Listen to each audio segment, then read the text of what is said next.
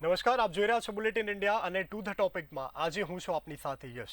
To the ટોપિકના અમારા આ વિશેષ કાર્યક્રમમાં અમે એવા વિષયને વાચા આપીએ છીએ કે જે પ્રશ્ન આપના દ્વારા અમને પૂછવામાં આવે છે, અથવા તો આપ આ જ પ્રશ્ન કોઈ સરકારી અધિકારી, કોઈ સરકારી વકીલ અથવા તો કોઈ પણ જે ટોચના નેતા છે તેની પાસેથી આ તમામ સવાલના જવાબ ઈચ્છતા હોય છો. તો આવા અનેક જે તમારા જે વિષય છે તેને અમે વાચા આપવા માટે અનેક રાજકીય મહાનુભાવો તે વિષયના તજજ્ઞો સાથે મળી અને તે વિષયની સમીક્ષા કરી, ચર્ચા કરી અને આપને તેનાથી અવગત કરાવતા હોઈએ છીએ.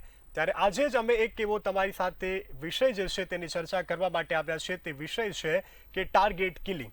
તો કાશ્મીરમાં જે રીતે હિન્દુઓની કત્લેઆમ બોલાવવામાં આવી રહી છે, આતંકવાદી સંગઠન હિન્દુઓનો સફાયો કરી રહી છે, 1990 જેવી સ્થિતિ જાણે ફરી કાશ્મીરમાં સર્જાઈ હોય તેવું પણ હાલ લાગી રહ્યું છે. હિન્દુને ટાર્ગેટ કરવામાં આવી રહ્યા છે તે વસ્તુ જો કદાચ કહેવામાં આવે તો તેમાં પણ કોઈ નવાઈની વાત નથી, કારણ કે છેલ્લા એક મહિનામાં 6થી વધુ હિન્દુઓને ટાર્ગેટ કરી અને મારવામાં આવ્યા છે. આમાં કોઈ હિન્દુ મુસ્લિમ પક્ષપાતની વાત આપણે કરવા માટે આ ચર્ચા આજે નથી કરી રહ્યા, પરંતુ જે રીતની અત્યારે ઘટના કાશ્મીરમાં ઘટી રહી છે, જે આતંકવાદી સંગઠન સક્રિય છે અને જે નિર્દોષ લોકોને મોતને ઘાટ ઉતારી રહી છે, તો તેવા અસામાજિક તત્વ છે જે આતંકવાદી છે તે ભારત અને કાશ્મીરની શાંતિના ડોળવાના જે પ્રયત્ન કરી રહ્યા છે તેની સામે મુહિમ ઉપાડતો અમારો આજનો આ વિષય છે, ટાર્ગેટ કિલિંગ.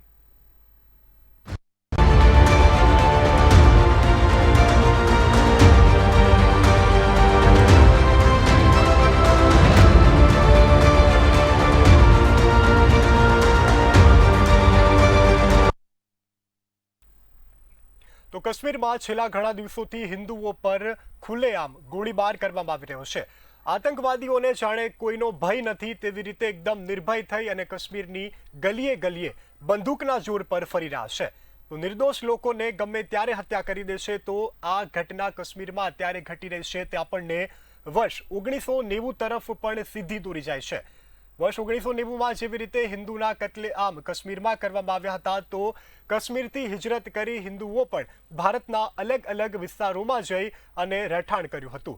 ત્યારે આજે ફરી કાશ્મીરી પંડિતો જ્યારે કાશ્મીર તરફ વળી રહ્યા છે, ત્યારે અમુક અસામાજિક તત્વો છે જે આતંકવાદી છે કે જે કાશ્મીરને પંડિત મુક્ત જોવા માટે જે તત્પર છે, જેની લાલસા હંમેશા આવી રહી છે કે કાશ્મીર પર પોતાનો દબદબો યથાવત હોય, કાશ્મીરમાં પોતાનું જ સુશાસન હોય, તેવી મનસા રાખનારા જે આતંકવાદી છે તે ફરી સક્રિય થયા છે. તો આ વિશે વધુ ચર્ચા કરવા માટે આપણો આજનો જે વિષય છે ટાર્ગેટ કિલિંગ, તેમાં ચર્ચા કરવા માટે આપણી સાથે ચર્ચામાં સહભાગી થયા છે સહેલ કુરેશી કે જેઓ પત્રકાર છે, મનીષ કુમાર કે જેઓ પોલિટિકલ એક્સપર્ટ છે, અને સાથે સાથે આપણી સાથે લલિત રાવલ પણ જોડાયા છે કે જેઓ રક્ષા વિશેષજ્ઞ છે. આપ ત્રણેયનું બુલેટિન ઇન્ડિયાની સ્ક્રીન પર સ્વાગત છે.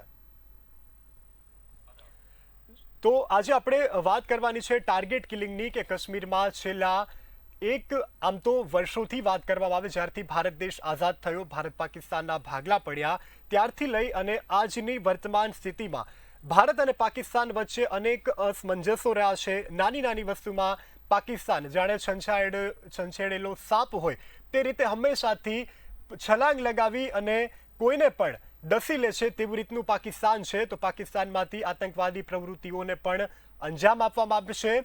નાના નાના જે યુવાનો છે તેને પણ આવી તાલીમ આપવામાં આવે છે અને તેમને પણ આતંકવાદી સંગઠનમાં સહભાગી બનાવવામાં આવે છે. તો કયા પ્રકારની આ લોકોની માનસિકતા છે કે આવી દહેશત ફેલાવી રહ્યા છે, અને કાશ્મીર જે છે તે ભારતનું સ્વર્ગ ગણવામાં આવે છે. કાશ્મીરનો ઇતિહાસ પણ ખૂબ જ છે, ગ્રંથોમાં છે, પુરાણોમાં છે.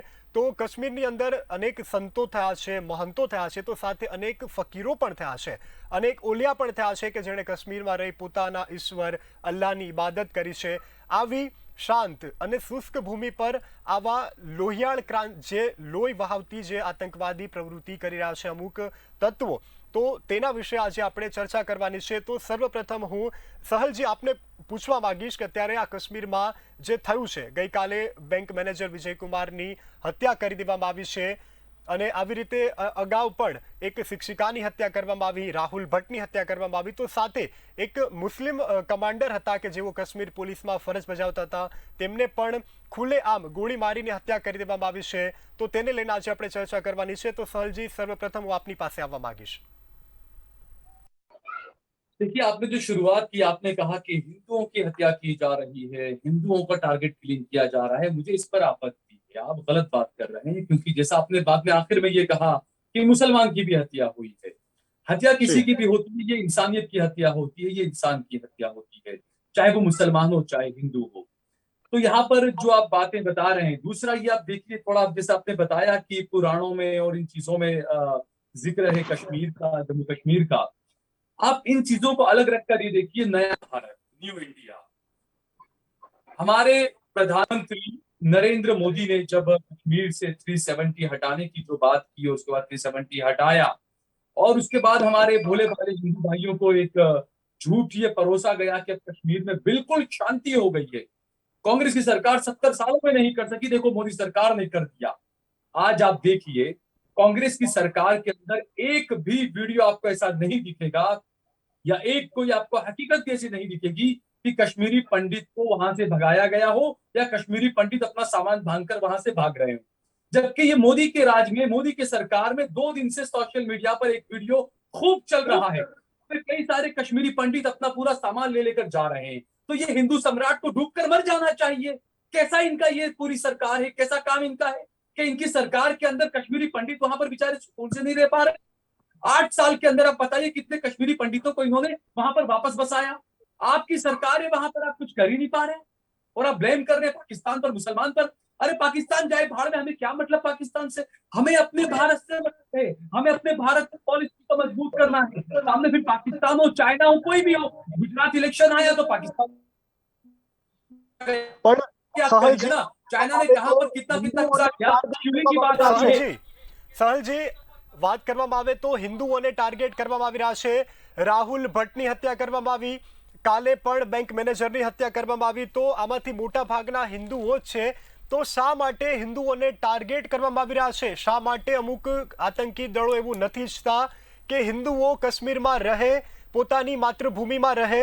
આપણે સંસ્કૃતમાં એવું કહેવાય છે કે જનની જન્મભૂમિ છે સ્વર્ગાદિદપી, એટલે કે જન્મભૂમિ અને માં જે છે તો સ્વર્ગથી પણ ઉપર છે.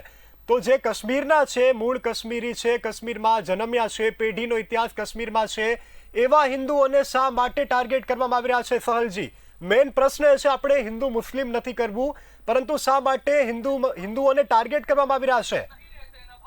जो मुसलमान कश्मीरी रहते हैं उनकी भी बात करिए ना। इन सालों के अंदर, इतने साल के अंदर कितने हजारों कश्मीरी मारे गए, उन पर डिबेट नहीं करेंगे प्रधानमंत्री जी, नहीं बोलेंगे? सिर्फ वहां पर दो जो मैंने कहा कि चाहे एक मारा जाए चाहे 10 मारे जाए, मैं विरोध करता हूं। चाहे वहां पर कासिम मारा जाए चाहे वहां पर मुकेश मारा जाए, मैं विरोध करता हूं, उसका बिल्कुल किसी की हत्या नहीं होनी चाहिए। लेकिन सवाल ये उठता है कि एक नजर से क्यों देखते हैं? कश्मीरी भी तो इंसान है ना, कश्मीरी भी इसी सहल जी, भारत एक है ना, नजर तो से नहीं उनकी देख हत्या रहे, पर एक बिल्कुल नजर खामोश से है। नहीं देख क्या रहे, आपने कभी क्योंकि पहलुखान की बॉर्डर हत्या पर पर जो डिबेट खड़े की? रहते हैं क्या उसमें आपने कभी हिंदू तबरेज की मुस्लिम हत्या पर सब डिबेट होते की? हैं ना. क्या आपने नहीं? तो ये तो सहल सिलेक्टिव जी, आप लोग करते हैं। तबरेज खान की सहल हत्या जी, पर कोई જે यहाँ पर कोई જે डिबेट બોર્ડર नहीं पर हुई, ઉભા રહેશે पहलुखान की हत्या એમાં पर कोई હિન્દુ डिबेट नहीं મુસ્લિમ हुई। બંને ભારતની अहमदाबाद में રક્ષા परसों કરે 2 છે. दिन पहले 5 लड़कों को मारा गया कि जय श्री राम बोलो वरना मारे जाओगे, उस पर कोई डिबेट नहीं हुई। तो ये भी तो आप टारगेट किलिंग देखिए ना, कि दाढ़ी है, સહલજી, टोपी है, मुसलमान है, तो आप टारगेट किलिंग करेंगे आप। मोदी का गुजरात मॉडल है, गुजरात में भी शुरू हो चुका है। आज भी सनातन सर्कल के ऊपर 3 डिलीवरी बॉय लड़के थे, वो लड़के डिलीवरी देने वहां पर गए, उनको कुछ गुंडों ने, भगवा गुंडों ने मैं कहूंगा कि रोका, उनको उनका नाम पूछा, उनको बुरे तरीके से पिटाई की, उनसे कहा कि मुल्ला हमारे इलाके में नहीं आने का। तो ये किस तरह का भारत निर्माण हो रहा है? ये ये ये सामने ये भगवा ये साहिल भाई, देखिए ये भगवा ये गुंडा बोलने की क्या जरूरत है? क्या मतलब है आपका भगवा गुंडा कह के? आप क्या आपकी बिल्कुल, ये मानसिकता भगवा आप बताती है? सिर्फ ये कश्मीर आपकी में मानसिकता बहुसंख्यक बताती हैं। है। राम का आप नारा सिर्फ ये बोला, आपकी आप मानसिकता सिर्फ कश्मीर में बताती है। बहुसंख्यक हैं, बाकी जगह आप આપણે अल्पसंख्यक हैं, અહીં वहां पर આપણે कोई અહીં टारगेट किलिंग नहीं ભગવાનની हुई। વાત નથી કરવાની. જે ટાર્ગેટ કિલિંગ છે, હિન્દુઓને ટાર્ગેટ કરીને મારવામાં આવી રહ્યા છે, મુસ્લિમને પણ મારવામાં આવી રહ્યા છે, તો ભારતીયોને ટાર્ગેટ કરીને શા માટે મારવામાં આવી રહ્યા છે એ વિશે વાત કરવાની છે.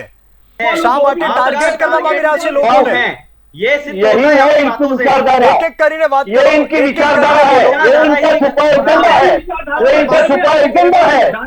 चाहे चाहे आपकी सोच है। ये कश्मीर એક એક કરીને વાત કરો, જેથી દર્શક મિત્રોને પણ ખબર પડે કે આપણે શું ચર્ચા કરી રહ્યા છે. એક એક કરીને પોતપોતાના મત રજૂ કરો. સહલજી, ये हमारी विचारधारा है। रोका जाए, आपने ये क्या किया जाए, आपने चर्चा ये की है कि रास्ता के नाम पर नहीं चलते हम। अब भारत का राष्ट्रवादी नागरिक बन चुका है, भारत का राष्ट्रवादी नागरिक बन चुका है। એક કરીને બોલો એટલે જે જોવાવાળા દર્શક મિત્રો છે તેમને પણ ખબર પડે કે આપણે શું ચર્ચા કરી રહ્યા છે. એક એક કરીને બોલો. સહલજી, લલિતજી, એક એક કરીને બોલો, કારણ કે અત્યારે આપણે ઓનલાઈન માધ્યમથી જોડાયા છે, બરાબર, વર્ચ્યુઅલી આપણે બધા મળ્યા છે, તો એક એક કરીને બોલો જેથી કરીને દર્શક મિત્રોને ખ્યાલ આવે કે આપણે શું ચર્ચા કરી રહ્યા છે. સર્વપ્રથમ સહલજી, આપની પાસે આવીશ, આપ આપનો મત રજૂ કરો. का होगा तो भी सहन करेंगे, जिसको सहन नहीं होता है आपको पचता नहीं है, और आप अपनी ऐसी विचारधारा में से बाहर भी नहीं आ रहे। वहाँ हिंदू ना बसे, यही आपकी राजनीतिक धारणा है, यही आपका राजनीतिक कार्य है। उठाइए आवाज। यही विचारधारा की वजह से आज भारत में कभी तक नहीं तो कुत्ते महासत्ता बन चुका होता। आत्महत्या की है, पता करिए, डाटा उठाइए। आर्थिक कितने हिंदुओं की हत्या का मैं इतिहास गिनाने जाऊं तो पूरा पुस्तक है, इतने हिंदुओं की हत्या करी गई है। बच्चों को पढ़ाइएगा, अब दिखाएंगे, अब दिखाएंगे, अब दिखाया जाएगा, अब दिखाया जाएगा।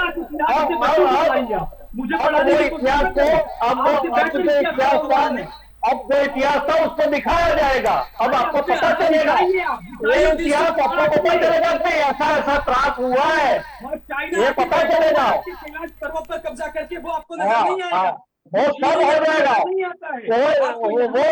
वो तो आपके नेहरू चाचा ने दे दिया था, वो याद करो आप। कुछ नहीं दिया, कुछ नहीं दिया, कुछ भी नहीं दिया। ये सब कांग्रेस की और नेहरू की नीतियों का परिणाम है। ये कांग्रेस और नेहरू की नीतियों के परिणाम से आज तक हमारा समाज भुगत रहा है, आज तक भुगत रहा है। आप उसी नेहरू की बनाई हुई स्कूल में पढ़े होंगे आप भी। कुछ नहीं, क्या वार्ता करते हो, हम तो सैनिकी स्कूल वाले हैं, आरएसएस के स्कूल वाले हैं, आरएसएस के स्कूल वाले हैं, आरएसएस के स्कूल वाले। લોકોને ટાર્ગેટ કરવામાં આવી રહ્યા છે. સહલજી, લલિતજી, નિર્દોષ લોકોને ટાર્ગેટ કરવામાં આવી રહ્યા છે, નિર્દોષ લોકોને जानથી મારી નાખવામાં આવી રહ્યા છે, તો આ તો વળી કેવી ન્યાયની નીતિ? શા માટે નિર્દોષ લોકોને उस गोडसे के पुजारी हैं आप, ये मानिए। हम गोडसे के पुजारी हैं, हम गोडसे के पुजारी हैं, हम बजरंग दल की, हम बजरंग दल के स्कूल पे पढ़े हैं, हम विश्व हिंदू परिषद के स्कूल पे पढ़े हैं, वालों में से हम सही समझाने वाले हैं, अब हम सही समझाने वालों में से हमारे हिंदू समाज को अभी हम समझा रहे हैं। કોઈ પણ વાતચીત નહીં કરો. મારો સવાલ છે કે શા માટે નિર્દોષ લોકોને જાનથી મારી નાખવામાં આવી રહ્યા છે, શા માટે ટાર્ગેટ કરવામાં આવી રહ્યા છે? આ સરકારી જે અધિકારી હતા, જે બેંકના મેનેજર હતા, એમણે આતંકવાદીનું શું બગાડ્યું કે એને ગોળી મારીને હત્યા કરી? આપણે અહીંયા હિન્દુ મુસ્લિમ નથી કરવાનું, બજરંગ દળની કે અન્ય કોઈ વસ્તુની વાત નથી કરવાની. શા માટે નિર્દોષને મારી નાખવામાં આવ્યા? 2 દિવસ પહેલા એક શિક્ષિકાની હત્યા કરી દેવામાં આવી, રવિ ભટ્ટની હત્યા કરી દેવામાં આવી, ત્યારબાદ એક મુસ્લિમ પોલીસ અધિકારી હતા, એમની હત્યા કરી દેવામાં આવી. શા માટે ટાર્ગેટ કરીને લોકોને મારવામાં આવી રહ્યા છે? સીધો સવાલ છે. જી જી હા, ભારત આઝાદ થયું ત્યારથી આ 370મી કલમ અને 35 લગાવી હતી, ત્યારથી આપણા ભારત દેશના ત્યાં સ્થાયી થયેલા દલિતોને પણ ત્યાંની નાગરિકતા આપી નહોતી, કોઈ નોકરી નહોતી મળતી એમને. ગમે તેટલું ભણેલો દલિત હોય એને પણ ખાલી પલીટી સાફ કરવાની નોકરી મળતી હતી.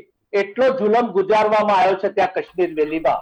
અને ત્યારે 89-90માં હું ત્યાં રહી ચુક્યો છું, 89-90માં ત્યારની વાત કરું તો કેવી ત્યાંની મસ્જિદોમાંથી બાંધો પુકારી હિન્દુઓને મારી નાખ્યા છે, સ્થાપ્યા છે અને એમની હિજરત કરાવી દીધી છે. એ અત્યારે ઠાળે પડતું, જયારે ઠાળે પડી રહ્યું છે, આપણે 370મી કલમ હટાવી દીધી, 35A હટાવી દીધી. આજ ત્યાં શાંતિનું વાતાવરણ થઈ ગયું છે, રાષ્ટ્રવાદ ત્યાં જાગી ઉઠ્યો છે. આજ ડલ લેકમાં પણ તિરંગો ફહેરાવા માંડ્યો છે, ત્યાં જે ડલ લેકમાં ફરતા શિકારાઓને આજ એમની રોજીરોટી મળતી થઈ છે. આપણું પર્યટન ત્યાં વધ્યું છે.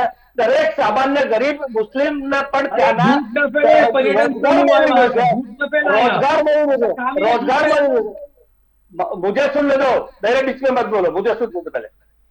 જો જ્યાં આટલું મળતું હોવા છતાં જ્યારે આ ત્યાંની જે ત્રણ કુટુંબોની મહાસત્તા ત્યાંનું જે રજવાડું સમજી બેઠા હતા, ફારૂક અબ્દુલ્લા, મુફ્તી પરિવાર અને આ ગુપકાર ગેંગ, આ ત્રણ ગેંગને જ્યાર સુધી ત્યાંથી નેસ્તનાબૂદ નહીં કરવામાં આવે ત્યાર સુધી કાશ્મીર વેલીમાં શાંતિ નહીં વળે. કાશ્મીરની પ્રજા, કાશ્મીરના મુસલમાનો ખૂબ શાંતિપ્રિય છે અને ખૂબ પ્રગતિના માનવા વાળા છે અને ભારત દેશને ભારત માતા તરીકે માનવા વાળા છે. લલિતજી, પરંતુ આ ટટ્ટુઓના ચડાવ્યાથી આ ટટ્ટુઓ જેમને એમને બ્લેક બ્રેન વોશ કરે છે અને બ્રેન વોશ કરવા કારણે આજે ભાડુથી હથિયારાઓ લાવી અને એમના થકી આજે ટાર્ગેટ કિલિંગ કરાવે છે. ઉદ્દેશ એક જ છે કે ગમે તેમ કરીને હિન્દુઓને, કાશ્મીરમાં વસતા હિન્દુઓને અહીંયાથી ભગાડો અને એનો આખો ઇન્ટરનેશનલ પડઘો પડે એટલા ખાતર આ પરિવારો દ્વારા જાણી બુજીને ઇન્ટેન્શનલી કરવામાં આવી રહેલું આ કાવતરું છે અને એના માટે લલિતજી, હું આપની પાસે આવવા માંગીશ. સહલજી, જેવી રીતે લલિતજીએ વાત કરી છે કે કાશ્મીરી મુસલમાનો શાંતિ પ્રિય છે, તો આ કાશ્મીરની ને દેશની શાંતિ ડખોળનારા બહારના છે કે કેમ? આપનું શું કહેવું છે? કાશ્મીરના જે મુસ્લિમો છે એ શાંતિ પ્રિય છે. જી સહલજી. कि कश्मीरी मुसलमान शांति प्रिय। जी यस, बहुत प्यारे है। अरे हाँ सुनिए आप, इस देश का हिंदू भी शांति प्रिय है, लेकिन जैसा ये बैठे ना ये गोडसे वाले, इन्होंने कुछ हिंदू भाइयों का मेरे दिमाग में वो चिप बिठा दी नफरत वाली, जिससे सब चीजें हो रही है। दूसरी बात, इन्होंने जो कहा मुफ्ती का मैं हुआ, मुफ्ती का तमाम चीजें, सत्ता में क्यों बैठे थे आप मुफ्ती के साथ में? क्यों सरकार बनाई थी आपने मुफ्ती के साथ में? वो दूर करने के लिए, इनके लिए ही। बोले दीजिए, चुप रहिए, बोले दीजिए आप। वो उसको बिठाने के कारण ही यही था। अरे बोले दीजिए ना, आप कहिए ना, बीच में बोल रहे हैं બોલો. આપણે चुप रहना, आप बोल આપણે रहे हैं, चुप વર્ચ્યુઅલી જોડાયા છે એટલે એક એક કરીને બોલો પ્લીઝ. देखिए मैं साफ बोलता हूँ, पहले भी मैंने कहा, शुरुआत मैंने कैसे की थी और शुरुआत में अब भी मैं वही बात बोल रहा हूँ। हत्या किसी की भी हो, चाहे हिंदू की चाहे मुसलमान की, दुख होता है मुझे।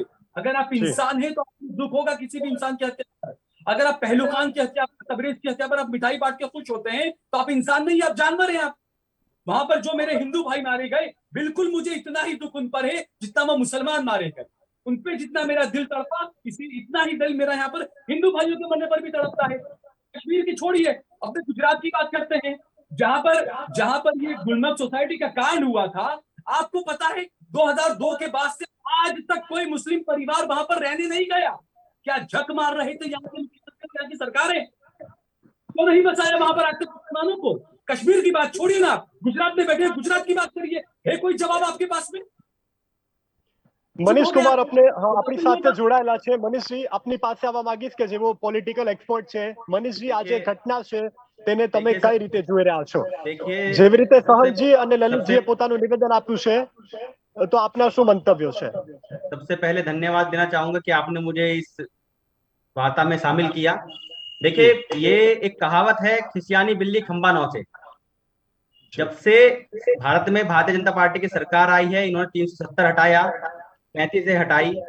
अब उसके बाद इन्होंने जो टेररिस्ट टारगेट किए हैं पिछले 5 साल में, जब से भारतीय जनता पार्टी की सरकार आई है, लगभग हर साल 200 से ऊपर टेररिस्ट मारे हैं। सुरक्षा बहुत ज्यादा पुख्ता इंतजाम है सुरक्षा के। इस वक्त जनवरी से लेके अभी तक 94 टेररिस्ट को ढेर कर चुकी है भारतीय सेना। पुख्ता इंतजाम है, लोग मारे जा रहे हैं, बेहतरीन पुख्ता इंतजाम है। सर, पहले जब आप बोल रहे थे मैं बोला आपके बीच में, आप सुनने के हाथ में डालिए, आप सुनने के हाथ में डालिए, आप सुनने के हाथ में डालिए, आप कहने के हाथ में डालिए।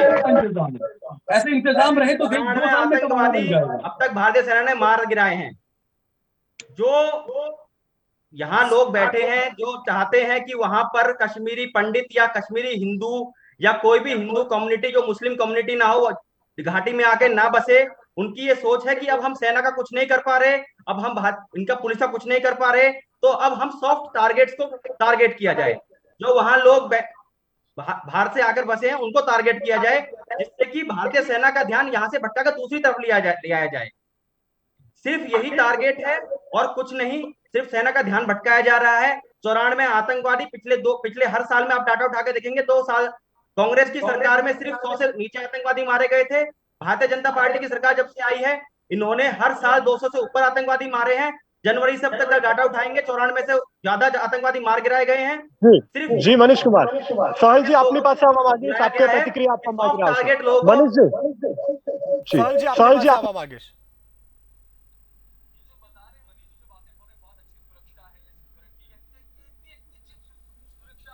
अच्छी है तो जाइए ना, कश्मीर पंडितों तो बताइए ना, हम तो बोल रहे हैं, कौन मना कर रहा है? कोई मना नहीं कर रहा वहां पर भी। असल में बात ये है कि ये साहब चाहते हैं गुजरात चुनाव के साथ में जम्मू कश्मीर में भी चुनाव कराए जाए और वहां के माहौल को कैसे गर्म किया जाए, ये बात आप मेरी नोट रखिएगा। गुजरात चुनाव के साथ में हो सकता है जम्मू कश्मीर में चुनाव कराए जाए, और बीजेपी को ये पता है हिंदू, हिंदुत्व, कब्रिस्तान, मुसलमान, पाकिस्तान, कोई इसके अलावा मुद्दा बीजेपी के पास में, अमित शाह के पास में, मोदी के पास में नहीं है। इसी मुद्दे पर चुनाव उनको लड़ने हैं, सिर्फ इसी में पूरा प्रोपेगेंडा रचा जा रहा है। ये सरकार का, ये इंटेलिजेंस का बड़ा ही खतरनाक फेल्योर है। 370 हटाने के बाद दावे किए गए कि चिड़िया भी पर नहीं मारेगी, आतंकी बिल्कुल आ ही नहीं सकता। नोटबंदी के वक्त भी यही कहा गया था, कमर तोड़ दी गई है आतंकवाद की, और आप बता रहे हर साल 200 आतंकवादी मारे जा रहे हैं। भाई कैसे आ रहे 200? कमर तो 2016 में तोड़ दी गई। આપણે તમામ ભારતીય છે સર, આપણે તમામ ભારતીય છે બરાબર, ભારતમાં શાંતિ રહે અને સાથે કાશ્મીરમાં પણ શાંતિ રહે, એ આપણી પ્રાથમિકતા હોવી જોઈએ કે ના હોવી જોઈએ? पर सहल जी की प्राथमिकता नहीं है। ये चाहते हैं कि भाई कश्मीर में सिर्फ कश्मीर में ही मुस्लिम बहुसंख्यक नहीं है, पूरे देश में और भी जगह है जहां हिंदू अल्पसंख्यक हैं, वहां ऐसी टारगेट किलिंग नहीं हो रही। क्यों नहीं हो रही वहां टारगेट किलिंग? अगर होगी वहां पर भी, अरे रुकिए, अब जब बीजेपी चाहेगी तब होगा वहां पर भी। बीजेपी, अरे आपकी बीजेपी को सोच है, ये सोच है आपकी, इसी वजह से वहाँ टारगेट किलिंग हो रही है। अरे मेरी आप जैसे लोग वहाँ बहुत हैं, बहुत लोग हैं आप जैसे वहाँ, बाहर मेरी सोच पर ताला लगा, आपके लोग बहुत हैं, आप जैसे लोग वहाँ जो ये चाहते ही नहीं कि कुछ हो देश में। भाई मैं तो चाहता हूँ बहुत सुकून रहे, मैं तो चाहता हूँ पढ़ा लिखा सुकून चाहते हैं आप। बात हो रही है टारगेट किलिंग की, आप कहीं मुद्दे को लेके जा रहे हैं। बात टारगेट किलिंग की हो रही है, आप मुद्दे को कहीं लेके जा रहे हैं। रामदेव ने कहा था 40 रुपए में पेट्रोल की बात ले गए, भारतीय जनता पार्टी की बात ले गए, भगवा की बात ले गए, यहाँ की बात ले गए, वहाँ की बात ले गए। यहाँ सिर्फ ये इशू था कि टारगेट किलिंग को कैसे रोका जाए। उसमें हिंदू मर रहे हैं, मुसलमान मर रहे हैं, पर तो भारतीय रहे हैं, आपको मिर्च भारतीय ही रहे हैं, भारतीय भी नहीं मानते कश्मीरियों को। पहले आप जवाब दीजिए, कश्मीर में रह रहे भारतीय है नहीं है? अभी कश्मीर में रह रहे भारतीय है नहीं है? मिर्च लगाती है हमेशा। कश्मीर में जो रह रहे हैं भारतीय है नहीं है? पहले ये जवाब दीजिए आप साहिल जी। आप बहरे बनकर बैठे हैं, मैंने पहले ही डिबेट में कहा, आप बताइए ना, आप पहले ही डिबेट में कहा कि कश्मीर के अंदर कश्मीरी जो रहते हैं वो भी इस भारत का हिस्सा है। उन्हें भारत तो कह रहा हूँ कि अगर भारतीय मर रहे हैं तो आप पंडितों को बोलते हैं आप टारगेट मत करिए। जो सरकार कर रही है अच्छे कदम कर रही है, जो सरकार कर रही है अच्छे कदम कर रही है। आज मीटिंग हुई है जो अच्छा कर रही है, आप सरकार को बीच में मत लाइए। आप ये देखिए कि इस वक्त टारगेट को कैसे रोका जाए, चाहे वो हिंदू मर रहा हो, चाहे मुसलमान मर रहा हो, और वह भारतीय ही मर रहा है। भारतीय ही रहा है। हमने एक प्रश्न पूछ्यो છે મારે સહલ जी કે આજે કાશ્મીરમાં ટાર્ગેટ કિલિંગ થઈ રહ્યું છે, સહલ जी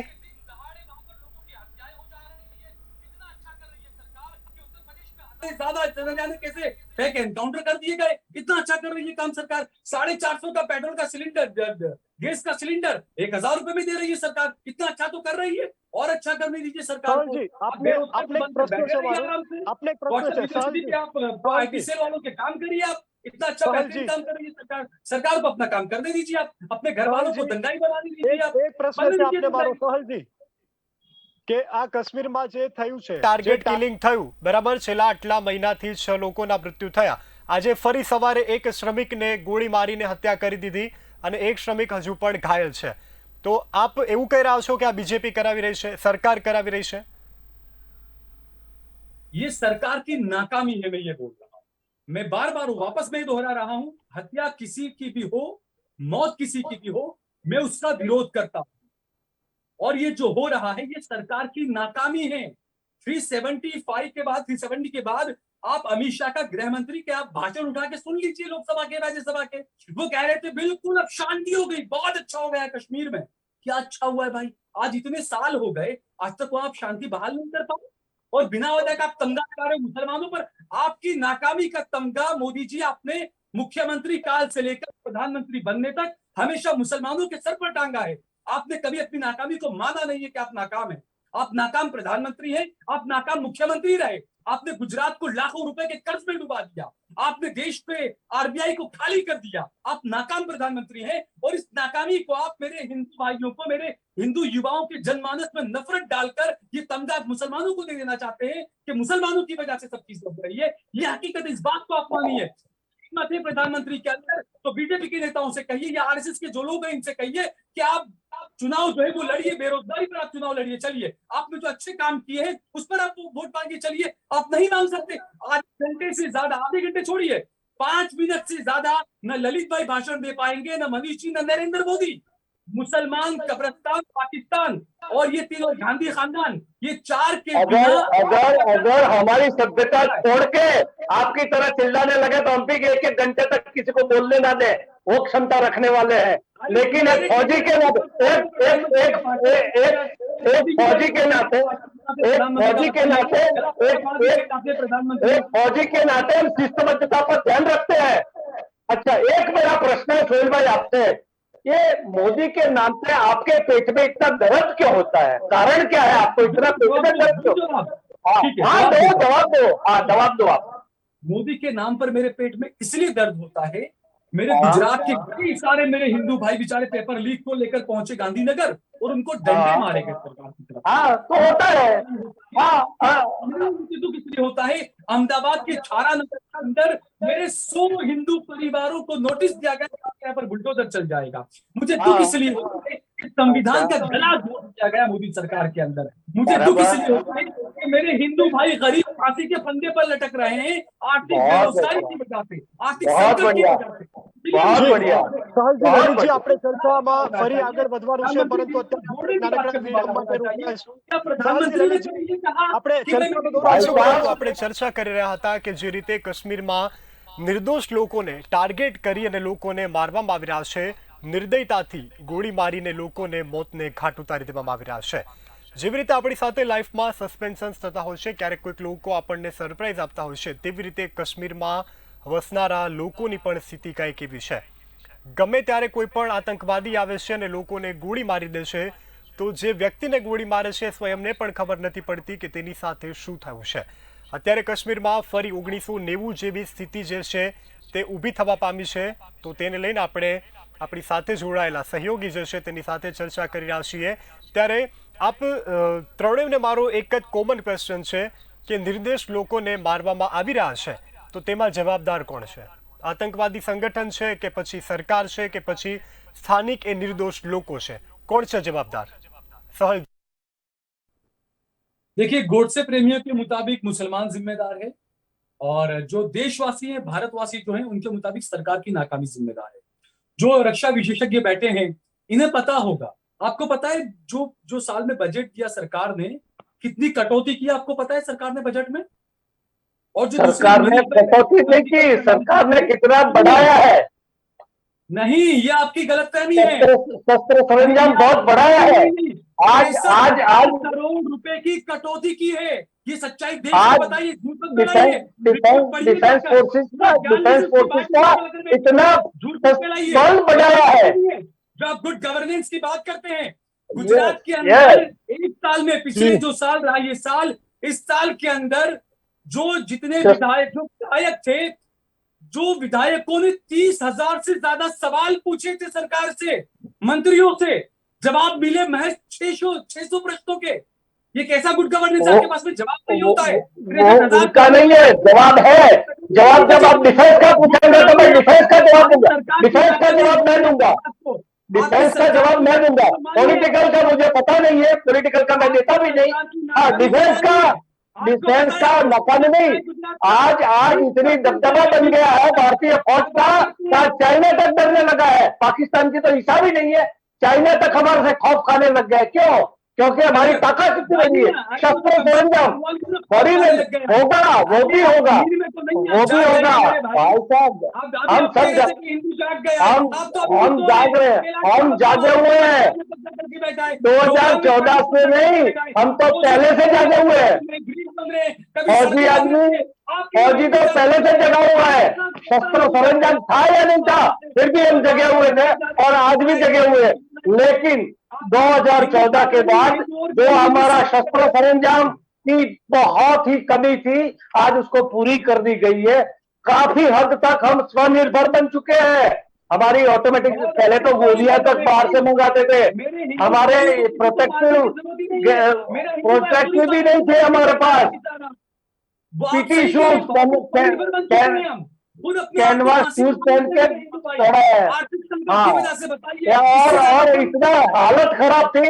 आज 2014 के बाद डिफेंस फोर्सेस का इतना शक्तिशाली बनाया है। हम ब्रह्मोस बना चुके हैं, हम मिसाइल्स बना चुके हैं, हमारी ऑटोमेटिक राइफल्स बन चुकी, हमारे एयरक्राफ्ट बन चुके हैं। इतना मैंने तो मिसाइल नाम ही 2014 में सुना भाई, मैं तो कलाम को अरे नहीं जानता था। नहीं, आप बड़े नहीं जानते हो। वो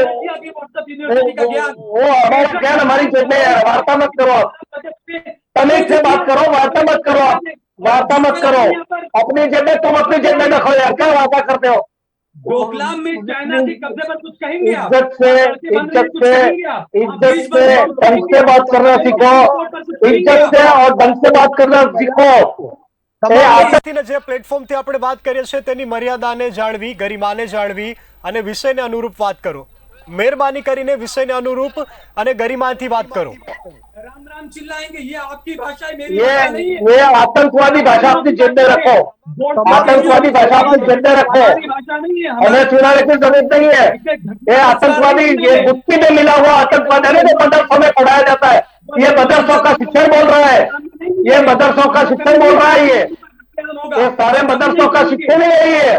ये मदरसों की शिक्षकों की वजह से ये हो रहा है, बाकी नहीं होता ऐसा। बराबर, ये मदरसों की शिक्षा है, आपको इसी की वजह से आप ऐसा बोल पाते हो।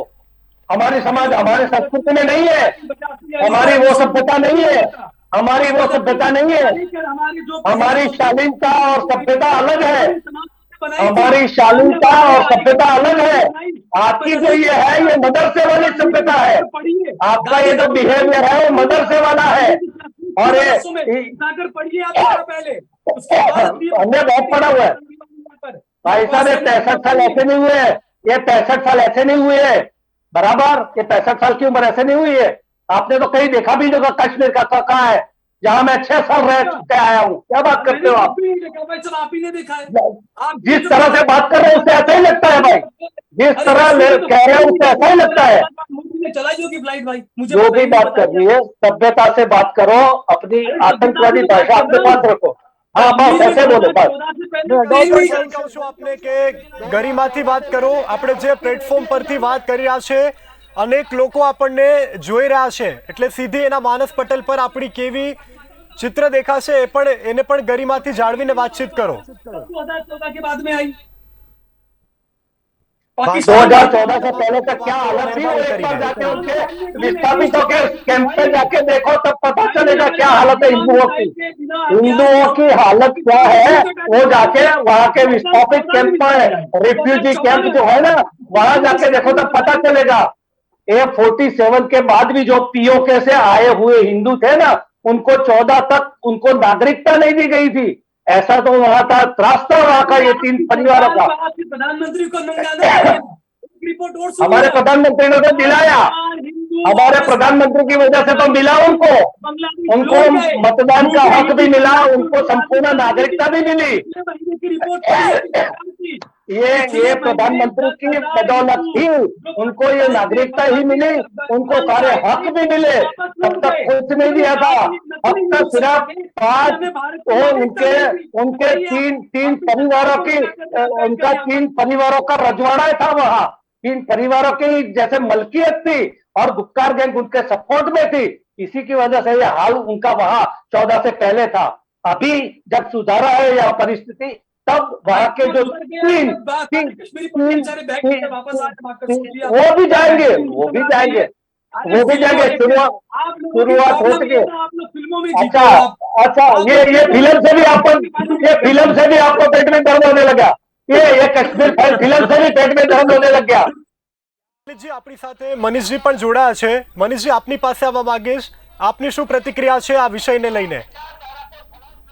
લલિતજી, સહલજી આપણી સાથે ચર્ચામાં મનીષજી પણ જોડાયા છે. મનીષજી આપની પાસે આવવા માંગીશ, આપની શું પ્રતિક્રિયા છે? આપે બંને જે મહાનુભાવો છે તેમની ચર્ચા સાંભળી છે, હવે આપનો શું અભિપ્રાય છે? यहाँ पर जो विषय था वो था टारगेट किलिंग। यहाँ जी। पर सहल जी हम पर ही कर रहे हैं कि आपकी सरकार ये है, नरेंद्र मोदी सरकार ये है, फलाना है, ढिकना है। और क्या यहाँ बोलेंगे, हमारा और क्या बोलेंगे, ये और क्या ये बोलेंगे? इशू यहाँ पर बहस का इशू नहीं था। यहाँ बहस का इशू था कि लोगों ने टारगेट समझ किलिंग कैसे पड़ी रोका कि जाए। बात तो करी है। टारगेट किलिंग कश्मीर में हो रही है तो कैसे रोका जाए? इन्होंने विषय से हटाकर सिर्फ नरेंद्र मोदी की बुराइयां कुछ नहीं किया है। વ્યક્તિ વાત કરો એટલે જે જોનારા દર્શક મિત્રો છે એમને ખ્યાલ આવે કે શું વાત કરી રહ્યા છે આપણે. गौडसे के हिंदू भारतीय हिंदू नाकाम गृहमंत्री देश में कभी नहीं रहा। मनीष भाई, ये मदरसा संस्कृति बोल रही है, मदरसा सभ्यता बोल रही है, ये ऐसे ही बोल रही है। अगर फिर आप हमारे बिल्कुल, को बिल्कुल। सिखाया बहस गया। का मतलब है कि तू हाँ, ये वही सिखाया गया, आप अपनाने वही को नहीं सिखाया गया। अभी तक तो अभी हमें पक्का पता चल गया है दर्द हुआ। कि ये विचारधारा क्या है, उसका पता चल गया। दर्द हुआ। तुम्हारी तरह हाँ। में वो किलिंग वालों को और वो मॉब लिंचिंग वालों को मैं माला पहनाने नहीं जाता। कोई हिंदू ना अगर वो कोई मुसलमान अगर किसी हिंदू की हत्या करता है, मेरे भाई, भारत का सीढ़ी है, भारत की सेना का सर्वोच्च पद सीढ़ी है। जनरल बिपिन रावत का जब अकस्मात हुआ हेलीकॉप्टर से, उस वक्त आपकी प्रजा मिठाई बांट रही थी, उससे ज्यादा अभागा कौन हो सकता है?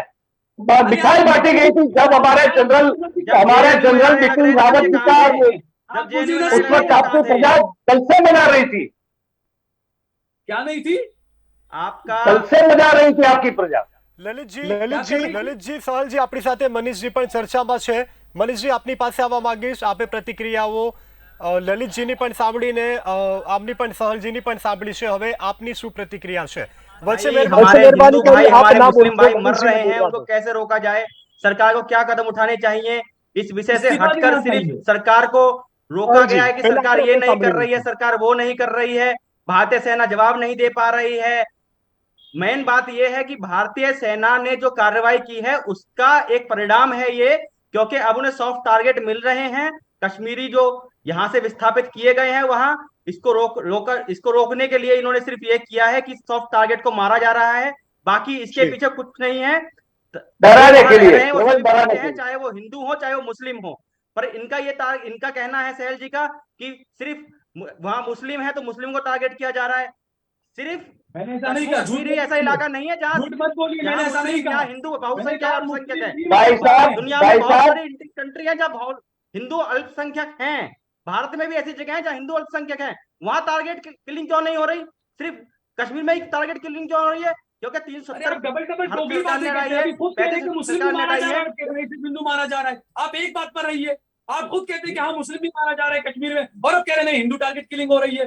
खुद ही आप पलट रहे हैं अपनी बात से यार। टारगेट किलिंग तो अभी जा रहा है ना। अभी पिछले 25 एक बात बताइए, आप कह रहे हैं कि हम यहाँ पर डिबेट करने बैठे हैं टारगेट किलिंग कैसे रोकी जाए। चलिए आप जवाब दीजिए कैसे रोकी जाए। मैं कह रहा हूँ आप बताइए, आपने भगवा बना दिया, आपने सब कुछ हमें बता दिया, आपने भगवा हमें बता दिया, आपने सब कुछ हमें बता दिया, भगवा हम थे, सब कुछ हमें गॉडसे के हम हैं।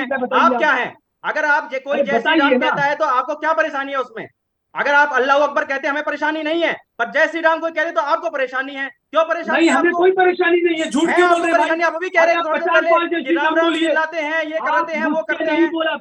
अरे मेरे भाई, इससे पहले जो आपसे राम राम चिल्लाएगा तो फिर जवाब आपको भी मिलेगा। सुन लीजिए आप, क्या मिलेगा? राम बोलने मुझे कोई परेशानी नहीं है, लेकिन आप अगर मुझे राम बोलने का बोलेंगे मैं नहीं बोलूंगा। सुन लीजिए आप, हमने आपसे आज तक नहीं कहा कि आप राम बोलिए। यही हो रहा है ना, जय श्री राम हो रहा है, वरना मारे जाएंगे। कई तो चीजें कई काफी कम होते हैं। मारे जाएंगे, कभी नहीं दिखेगा। अरे भाई मेरे, आपके मोहम्मद साहब का कत्ल भी अल्लाह अकबर बोल के आपके मुसलमानों ने किया था, वो याद करो ना भैया। वो क्यों नहीं याद करते हो? इतिहास पढ़ लो। याद और करो। इतिहास मैं पढ़ पढ़ा लो। हुआ है, झूठ मत मैं बोलो। पढ़ा हुआ है इसलिए मैं कह रहा हूँ, पढ़ा हुआ है इसलिए मैं कह रहा हूँ। जो नहीं, आप ये झूठ फैला रहे हैं, आपको कुछ पता ही नहीं है। अरे आपको क्या बात कर, नहीं आता है कुरान का। आयात बता दूंगा, आयात बता दूंगा मैं। मत फैलाइए, मैं बताऊंगा फैला रहे, झूठ आपसे। फैला रहे हैं आप। अरे यार, ये जो झूठ मत कत्लेआम फैलाइए आप। कत्लेआम जहां से सिखाया जा रहा है उसी भाई, कोई संस्था से मैं कह रहा हूँ। झूठ मत फैलाइए। ये झूठ मोहम्मद साहब मत का कत्ल नहीं फैलाइए। होता, मोहम्मद साहब का कत्ल नहीं होता, मोहम्मद साहब का कत्ल नहीं, इस्लाम का नॉलेज जीरो है। अंडा, मोहम्मद साहब का कत्ल हुआ था कि नहीं हुआ था? अंडा जो केरला मोहम्मद साहब का कत्ल, यूनिवर्सिटी में मिला था ना, अंडा, वो अंडा है आपको। जीरो नॉलेज है मोहम्मद आपको इस्लाम के मोहम्मद बारे में। साहब का कत्ल हुआ था कि नहीं? मोहम्मद साहब नहीं हुआ ही नहीं। अब क्या बात कर कत्ल रहे ही हैं? नहीं हुआ, कत्ल ही नहीं हुआ था। झूठ बोल रहे हैं आप। आपको नॉलेज ही नहीं है इस्लाम का। भाई साहब, मोहम्मद साहब ने, मोहम्मद साहब का पैगाम, मोहम्मद साहब का पैगाम हिंदुस्तान तक आया था और हिंदुस्तान के ब्राह्मण गए थे लड़ने के लिए। हिंदुस्तान को ब्राह्मण गए थे वहां लड़ने। मक्का, क्या कह रहे हो आप यार? क्या इतिहास जानते हो आप? एक मुस्लिमों के इतिहास नहीं जानते हो और हमें सिखाने की बात करते हो। इसको डिबेट में मत बुलाया करो यार आप। झूठे यार, आप हो भाई, ऐसे मत। કરીશું આપણે અહીંયા કોઈ પણ ઇતિહાસની વાત નથી કરવાની. વર્તમાનમાં જે કાશ્મીરમાં ચાલી રહ્યું છે, નિર્દેશ લોકોના કત્લેઆમ થઈ રહ્યા છે, એના વિષયને આપણે વાત કરવાની છે. આપણે અહીં કોઈ પણ ઇતિહાસ નથી આપણે ખોલવાના. આપણે કાશ્મીરની વાત કરવાની છે. કાશ્મીરમાં ટાર્ગેટ કિલિંગ થયા છે એની વાત કરવાની છે. શા માટે કાશ્મીરમાં જઈ રહેલા કાશ્મીરી પંડિત, કાશ્મીરમાં રહેલા કાશ્મીરી હિન્દુને અને કાશ્મીરના રહેતા લોકોને શા માટે ટાર્ગેટ કરવામાં આવી રહ્યા છે, આપણે એ વિષયની વાત કરવાની છે. આપણે કોઈ પણ પુરાતત્વની વાત નથી કરવી. અત્યારે કાશ્મીરમાં જે ઘટી રહ્યું છે એની વાત કરવાની છે. શા માટે ટાર્ગેટ કરવામાં આવી રહ્યા છે લોકોને? શા માટે? ठीक है, बताइए ये तो सोहेल भाई ने आपको વિષયને કોઈ પ્રકારે આપણે ભટકવાનું નથી. વિષયનો વાત કરો તમામ લોકો. ज्ञान पर सवाल न उठे। मौलवी जर्जिस जी की एक कैसेट सुन लीजिए, आपको पता चल जाएगा। अरे मेरे भाई, मैं अभी भी આપણે आपको बोल रहा વિષયને हूँ। મધ્યમાં आपको knowledge नहीं, રાખીશું. इसलिए बात વિષયને करें। મધ્યમાં રાખીશું. વિષયને મધ્યમાં રાખીને વાત કરીશું. વિષય બહારની કોઈ વાત ઓકે. નહીં કરો. ओके ટાર્ગેટ ओके કિલિંગની વાત છે. શા માટે લોકોને ટાર્ગેટ કરવામાં આવી રહ્યા છે? કેમ કાશ્મીરમાં રહેતા લોકો કાશ્મીરી નથી, ભારતીય નથી? શા માટે એની ભૂમિ પર એ લોકોને દબાવવામાં આવી રહ્યા છે? શા માટે એ લોકોને મારવામાં આવી રહ્યા છે? गृह मंत्री इस पर जवाब, प्रधानमंत्री थे, इस पर जवाब क्यों ऐसा हो रहा એટલે સરજી આપનું કહેવું એવું છે કે પ્રધાનમંત્રી મોદી આવું કરાવી રહ્યા છે? है?